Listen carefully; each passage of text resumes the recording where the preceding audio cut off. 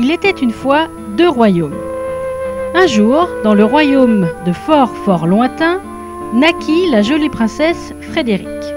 Un autre jour, dans le royaume d'encore plus fort lointain, naquit le beau prince Julien. Les 2 enfants grandissaient dans la joie, entourés de leur famille.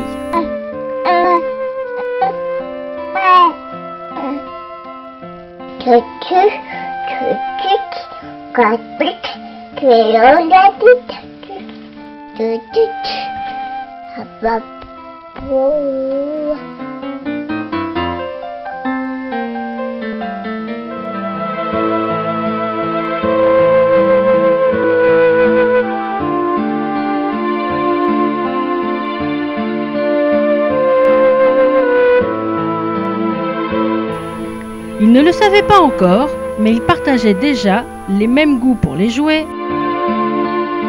pour les activités extérieures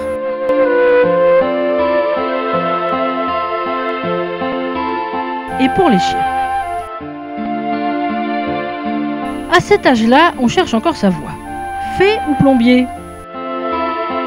Fermière ou danseuse? Ou bien encore clown? Les années passent et le prince est fait chevalier. La princesse, elle, comme toute jeune fille qui se respecte, commence les repérages pour un éventuel futur mariage. L'éducation du prince Julien se poursuit par la pratique du sport et de la musique afin de pouvoir séduire une belle jeune fille. Pas bête le prince. La princesse Frédérique, se voulant à la hauteur d'un éventuel prétendant, pratiqua elle aussi le sport et la musique.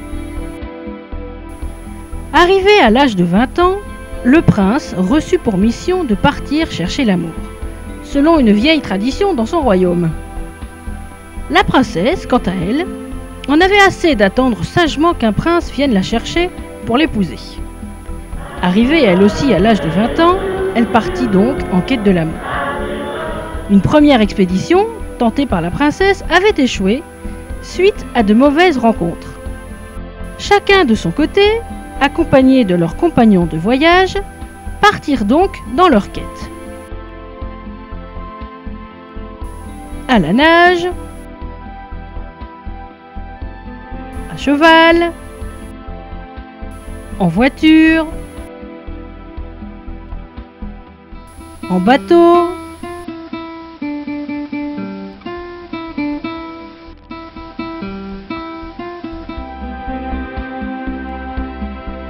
en train,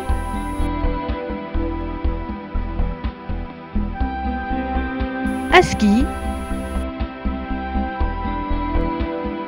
Le prince chercha même sous la terre et jusqu'au bout de la terre. Le prince, fatigué, décida de faire une halte. Et là, une idée lui vint. Et si j'utilisais les moyens de communication modernes? Il se lança dans sa quête de l'amour via Internet. La princesse Frédérique, de son côté, avait aussi fait le même raisonnement.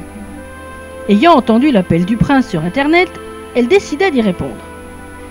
Et ce qui devait arriver arriva. Le prince et la princesse se rencontrèrent et ce fut l'amour au premier regard. Ils apprirent à se connaître, passèrent du temps ensemble.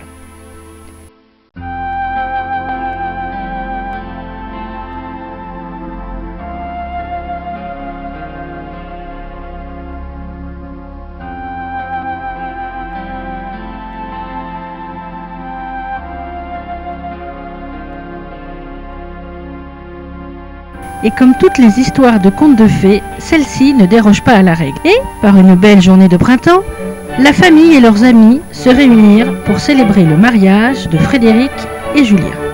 Ce fut une belle et grande fête. À eux maintenant d'écrire leur histoire.